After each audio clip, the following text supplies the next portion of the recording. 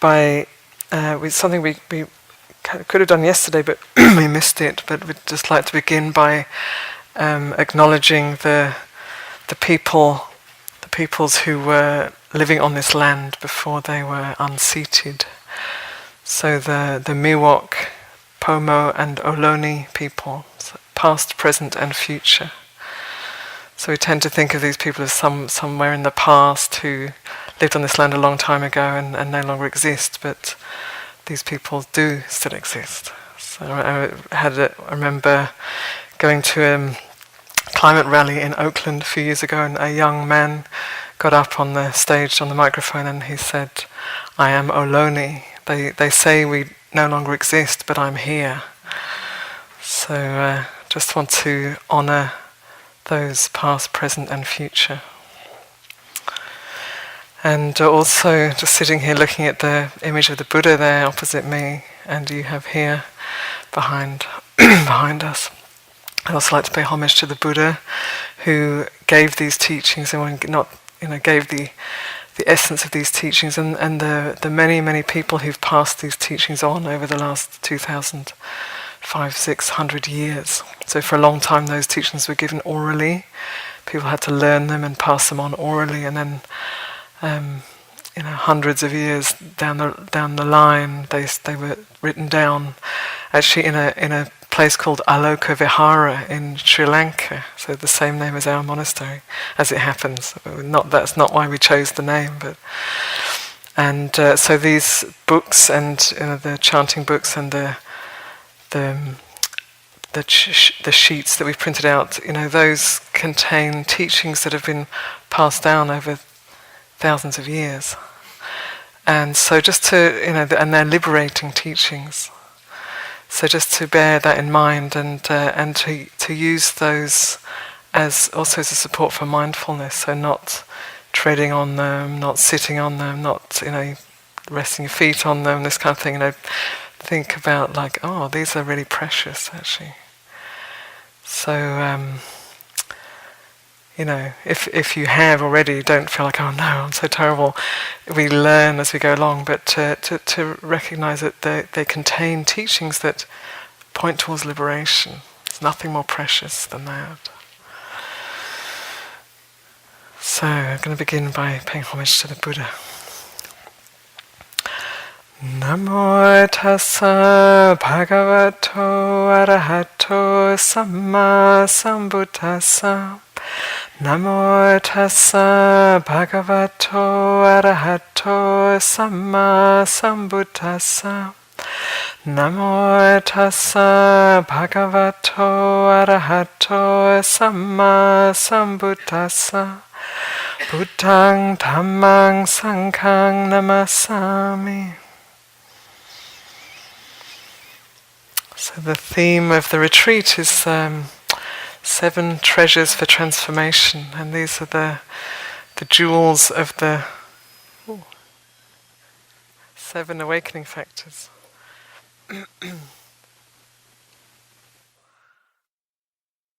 Deva that's come singing a little song, it's beautiful to go straight to the awakening factors, but the Buddha frequently puts together the 5 hindrances and the 7 awakening factors. So the 5 things that pull us off track and the 5 things that take us back onto the path. And I've also heard that the 5 can be divided into 7, and so they kind of become parallel. So I want to begin by speaking a little bit about the 5 hindrances, or the 7 hindrances if you like. And we're probably all very familiar with them already as theory and as practice. But it's worth mentioning them because it's very easy just to identify with the hindrances and think they are me. And then get some stories spinning on me and my mind, and I'm always like this and I shouldn't be like that, and hopeless case scenarios and all of that. So let's start with the hindrances. Excuse me.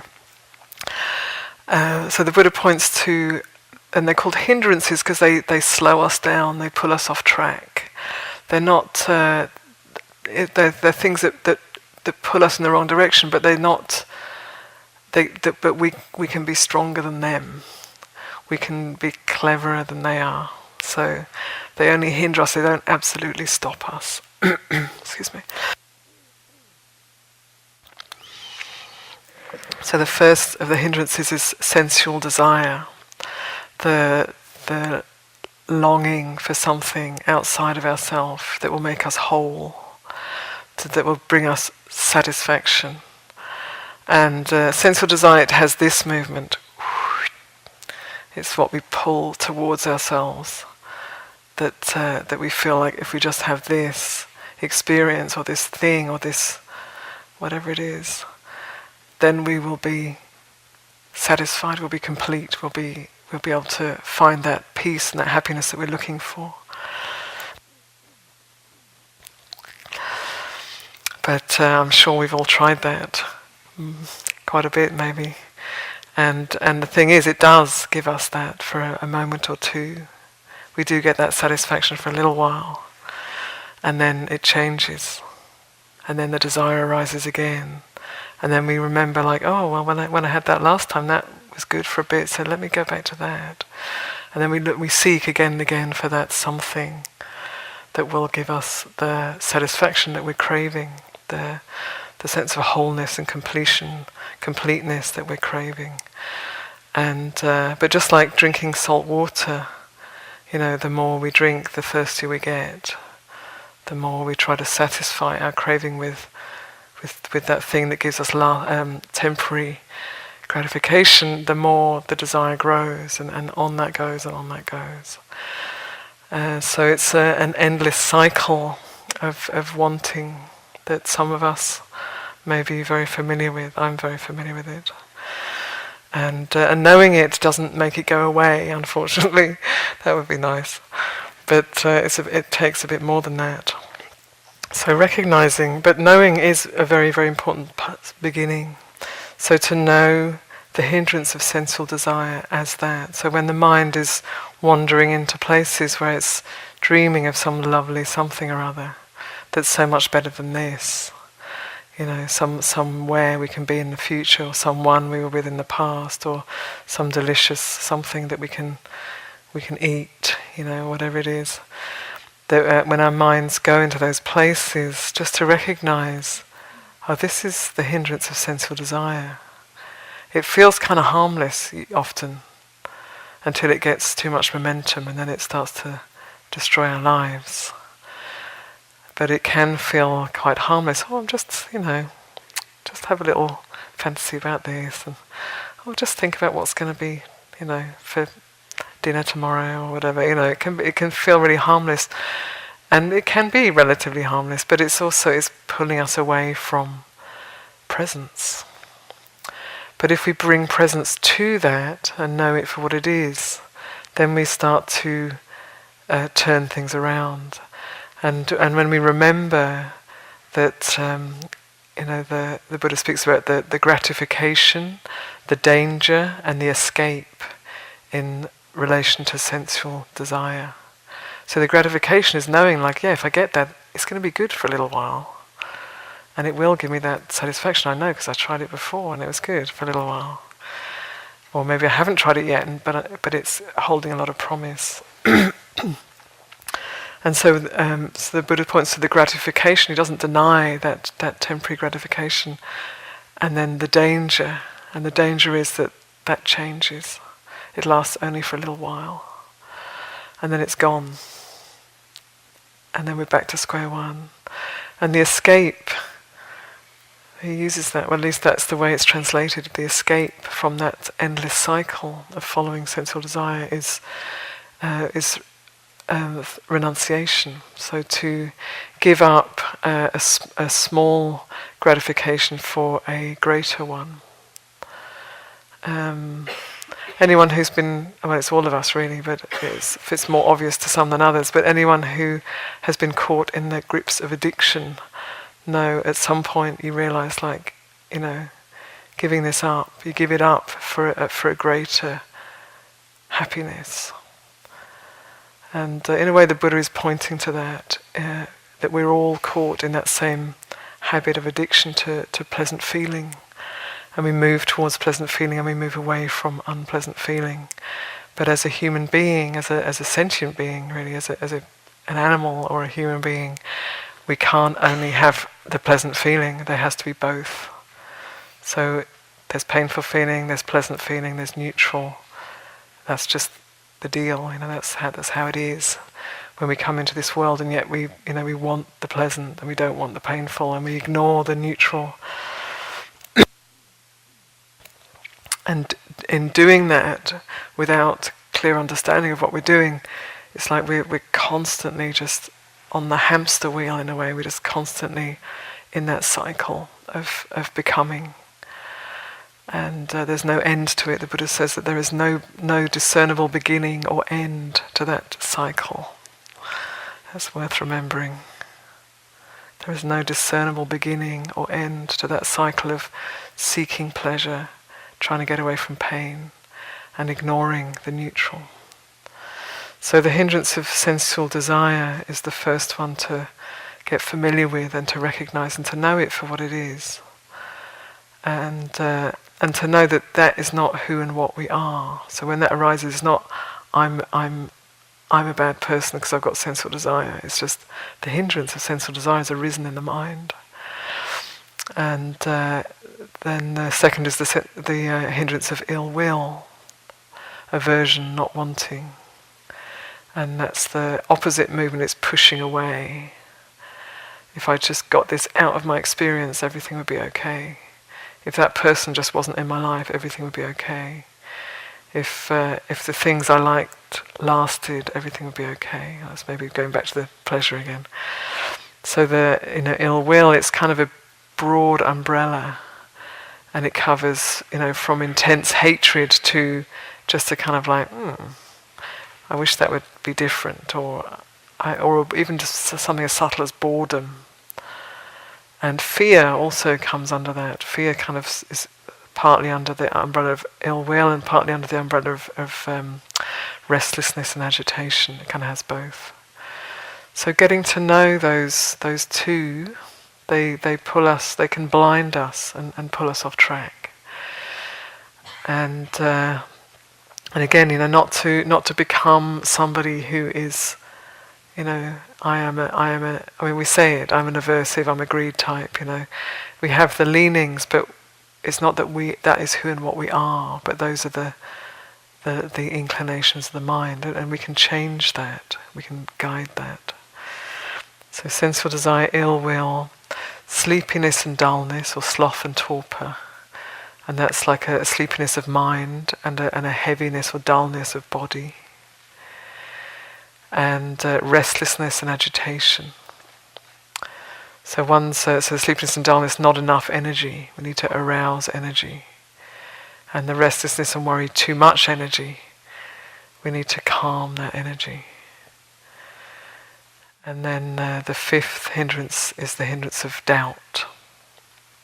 And doubt is like a perpetual circling.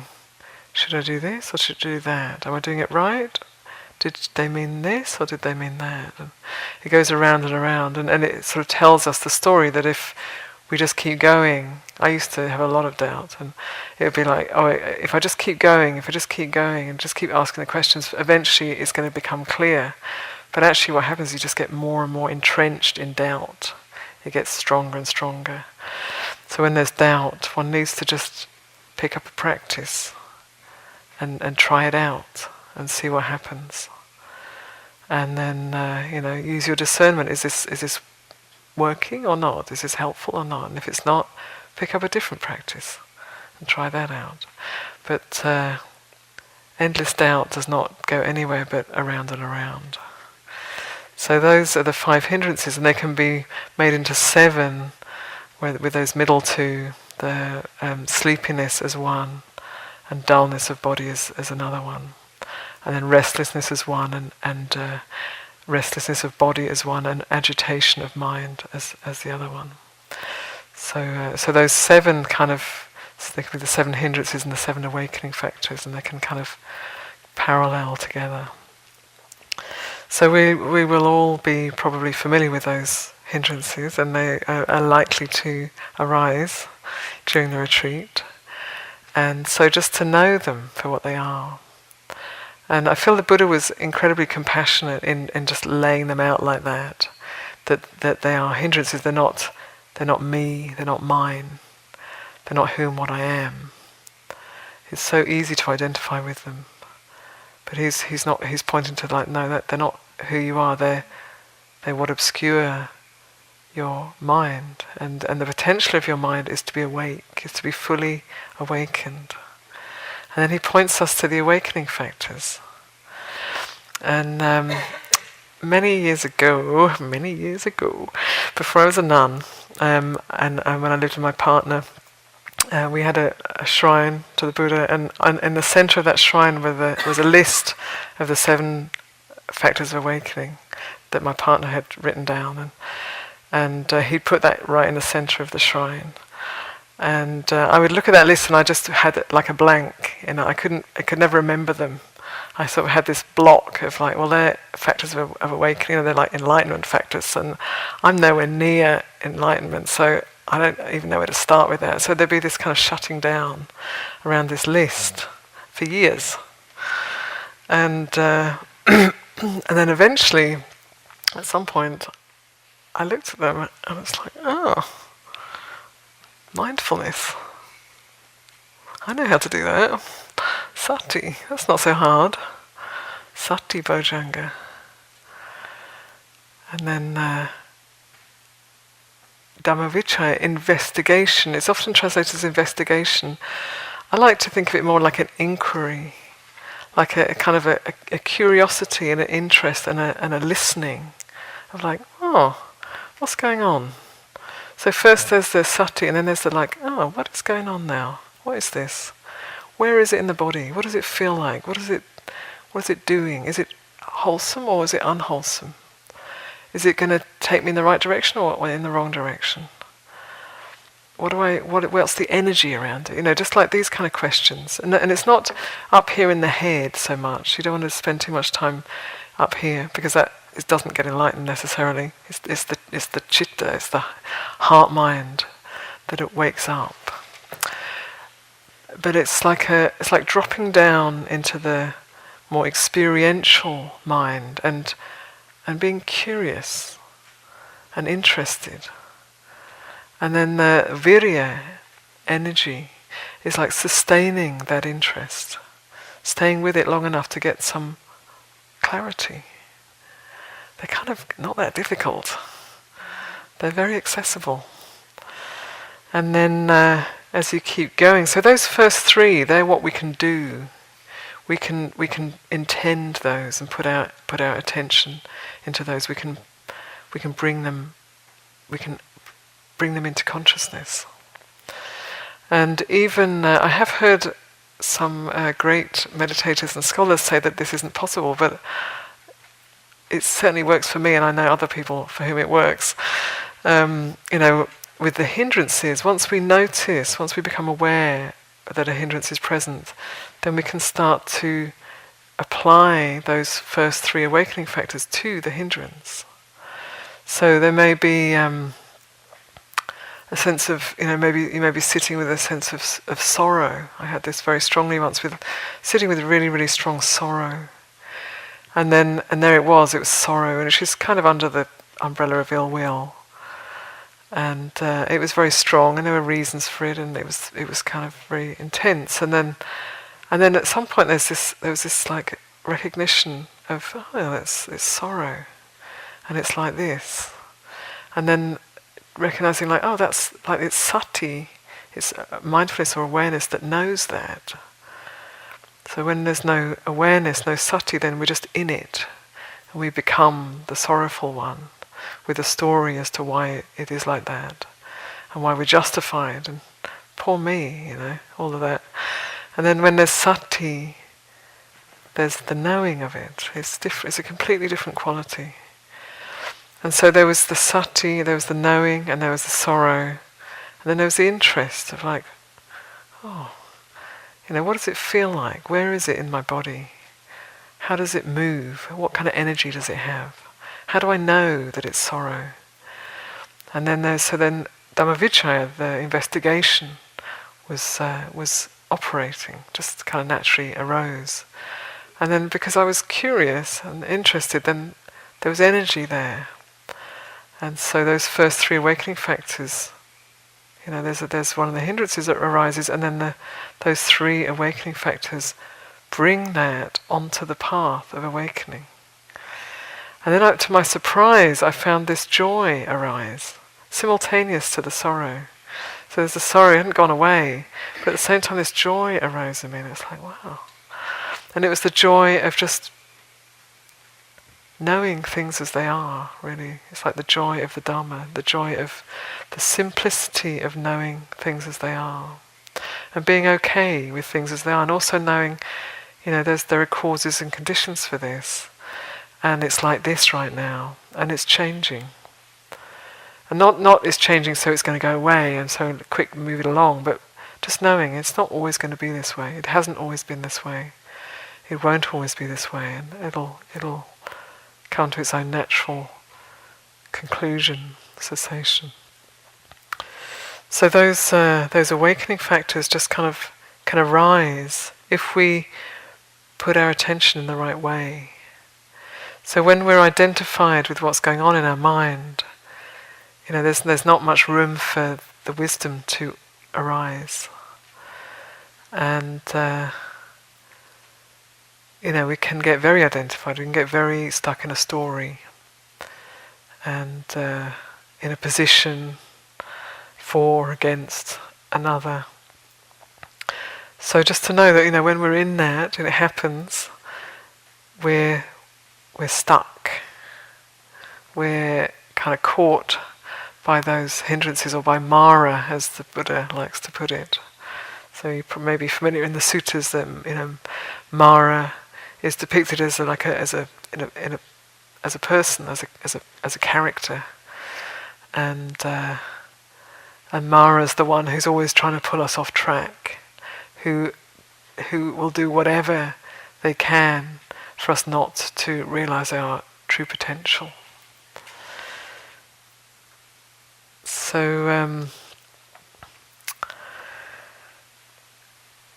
when we're strongly identified with the story, then it's like we're feeding those hindrances. And the more we feed them, the stronger they get. Just like anything, really. And when we bring our attention to the awakening factors, sati, it's hard to identify with sati because there's nothing to hold on to there. It simply is awareness. Awareness. Curiosity, that curiosity that brings us into the present moment. So for there to be a me and a story and a them, there's time, there's like taking a position, and that's what we live from much of the time. And in a retreat like this, we have the opportunity to come back to something a little more immediate, which is where the Dhamma unfolds, which is where the truth is found. In this, it's imminent, it's found right here.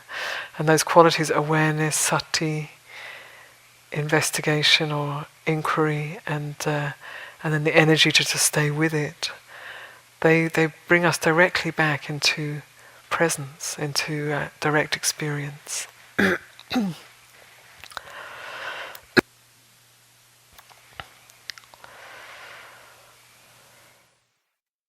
So, as I say, what we feed gets stronger.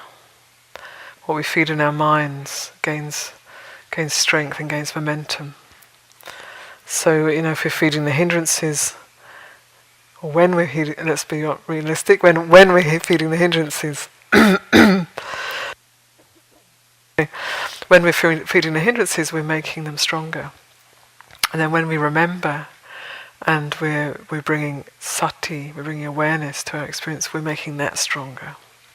So every moment of awareness is kind of like a moment of victory in a way. And we can forget that because we caught in the hindrance, lost in stories, and feelings and me and mine and oh dear and all of that, and then we bring the awareness to it. And at first, all we see is what we've been, all we see is the story and the stuff, and then we can get another story going immediately of like, oh, look at me, I'm just hopeless, I'm never going to get anywhere with this practice, because we miss that moment of awareness, and we go straight onto the next hindrance, criticizing ourselves or feeling hopeless or whatever it might be.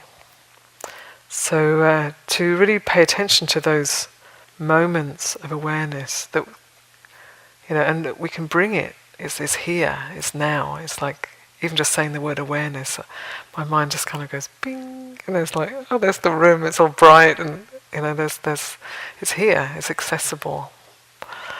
And there are times when I can't do that, when I'm caught, and I can't do it, but I can remember that it's here. I can remember that it has been accessible, and that can be enough just to start to part the algae of the hindrances and see the clear water underneath.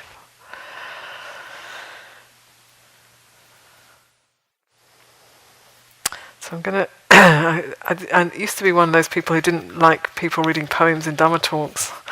And now I'm one of those people who reads them. Not self.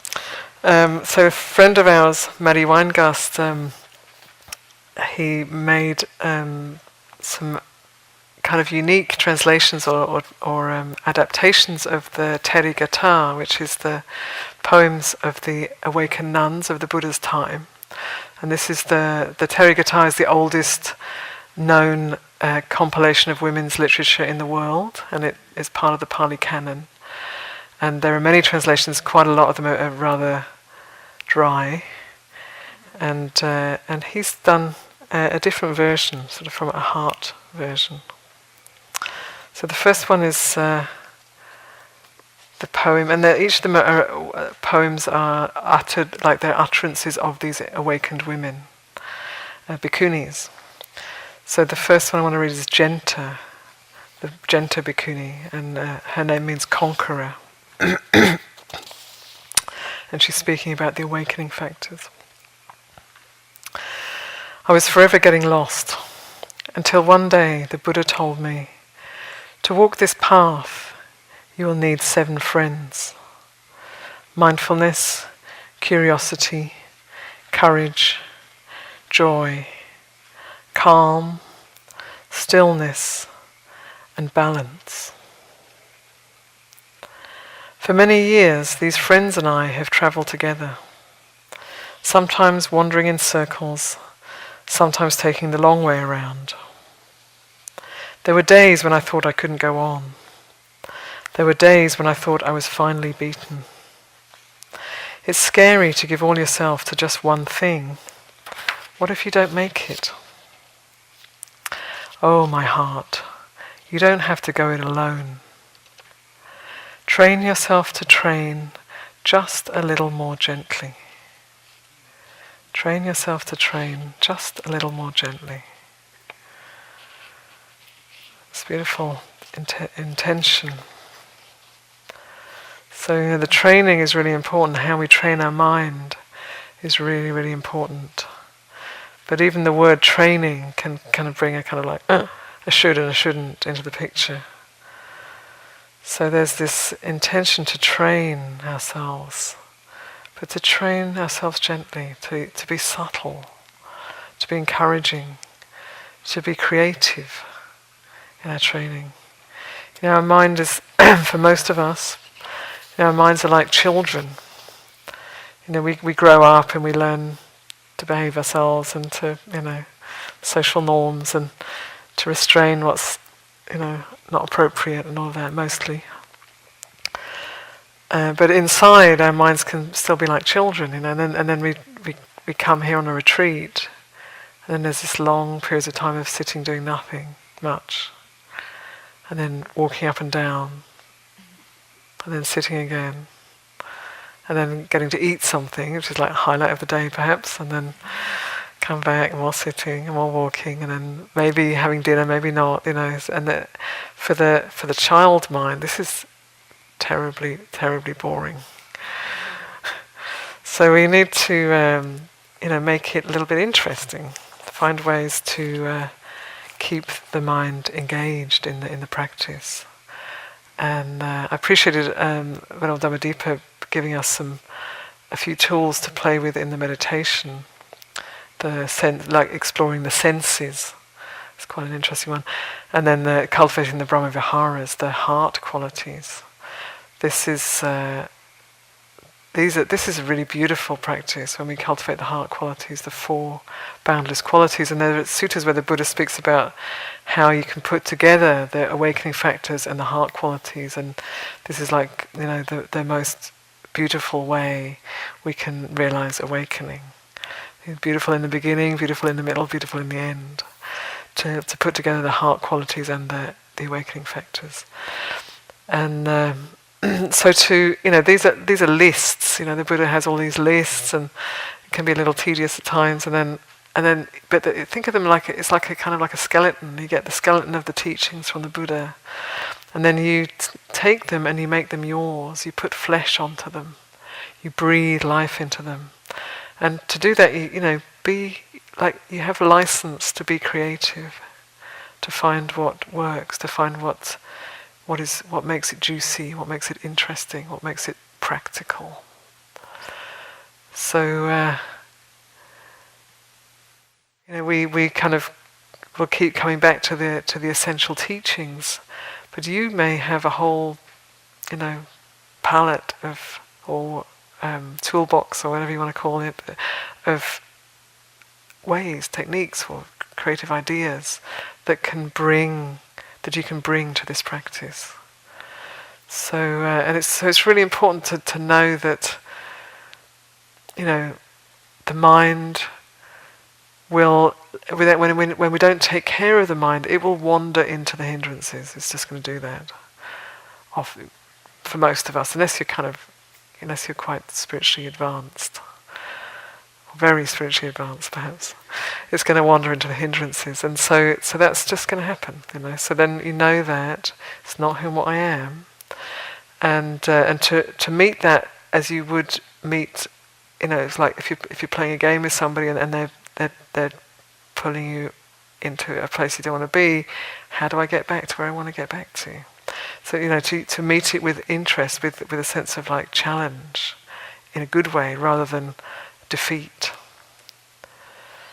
and see what you bring to the practice that keeps it alive and keeps it connected. We are all very, very different and very unique. So we give you the framework, and then you make it yours.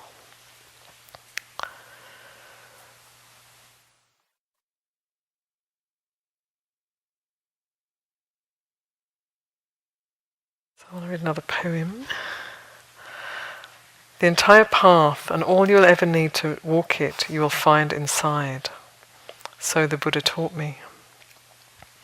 Once I took a closer look, all the running around started to seem a little silly. Things changed so quickly. By the time I got anywhere, I'd be someone else. You are your mother. You are your daughter. One moment gives birth to the next. What we do is who we become. So what we do through body, speech and mind is who we become. So right now you're doing meditation retreat, investigating the awakening teachings, learning about what pulls you off track.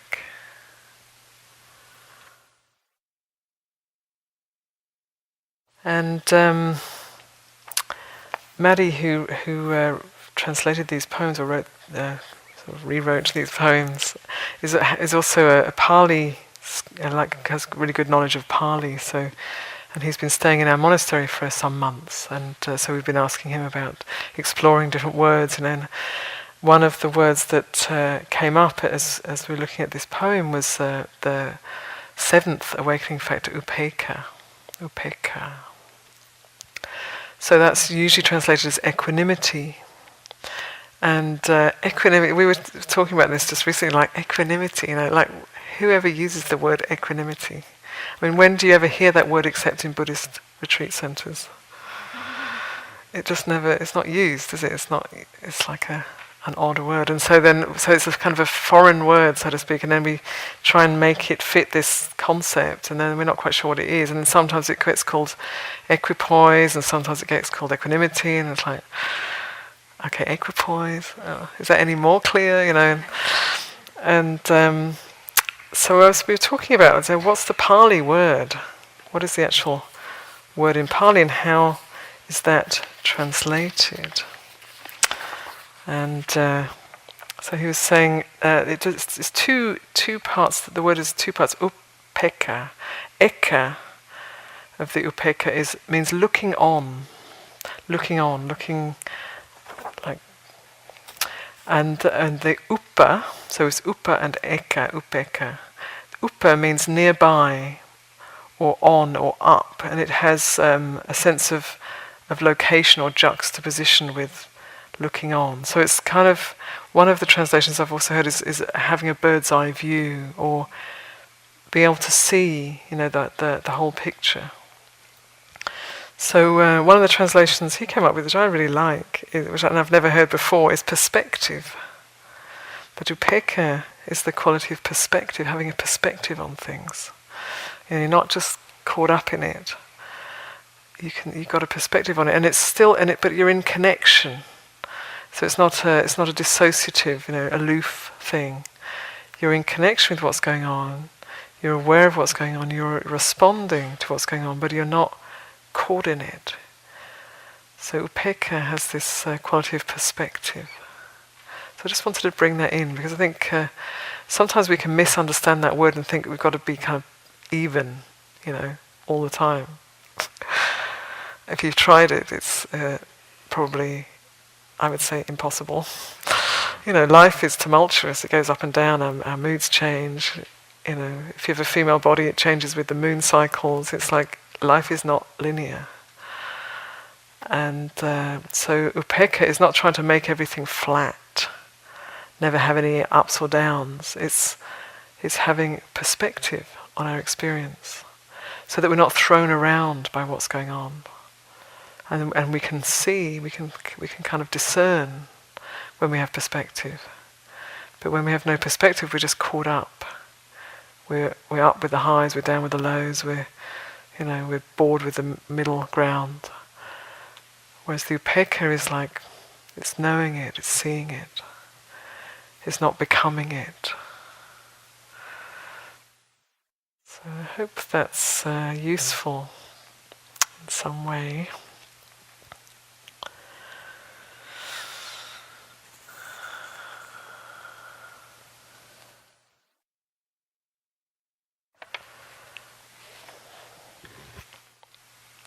And the Buddha also gives the image in the sutras of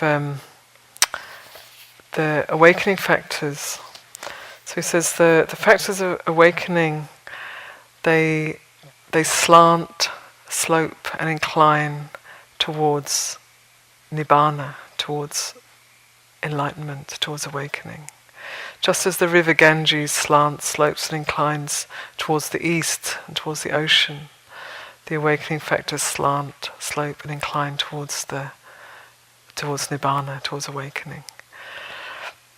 And what supports those awakening factors to arise, he mentions good friends, good friendship, people who take you in the right direction.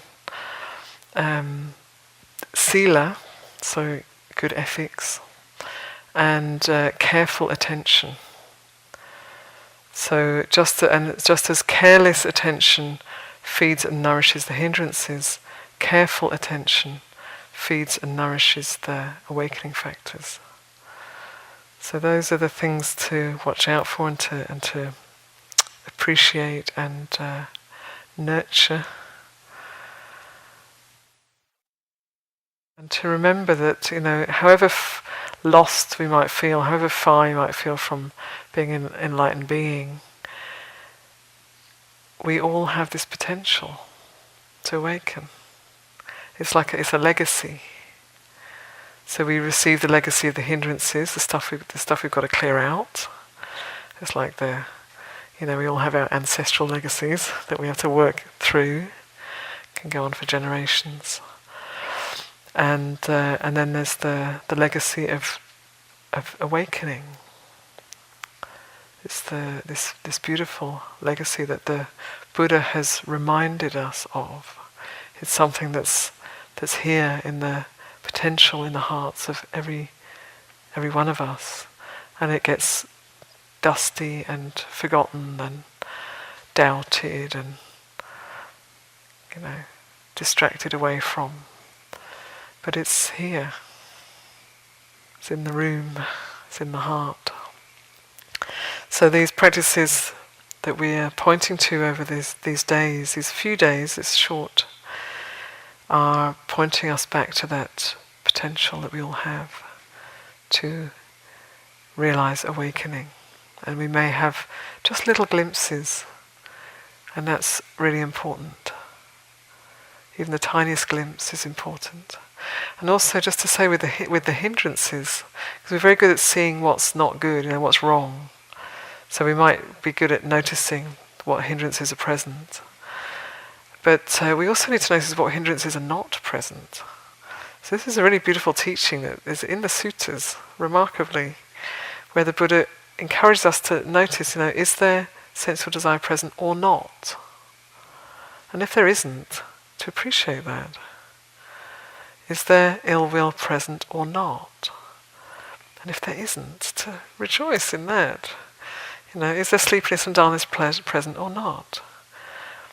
Is there restlessness and agitation present or not? Is there doubt present or not?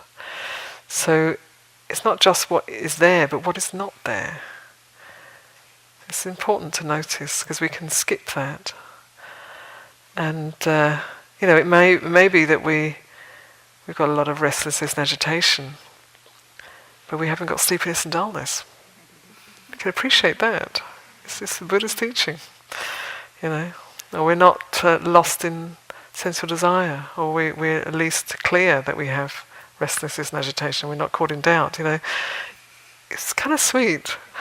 It's kind of generous. It's like notice what's there and what's not there.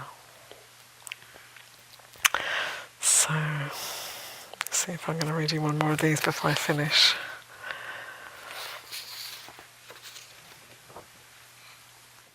Oh yeah.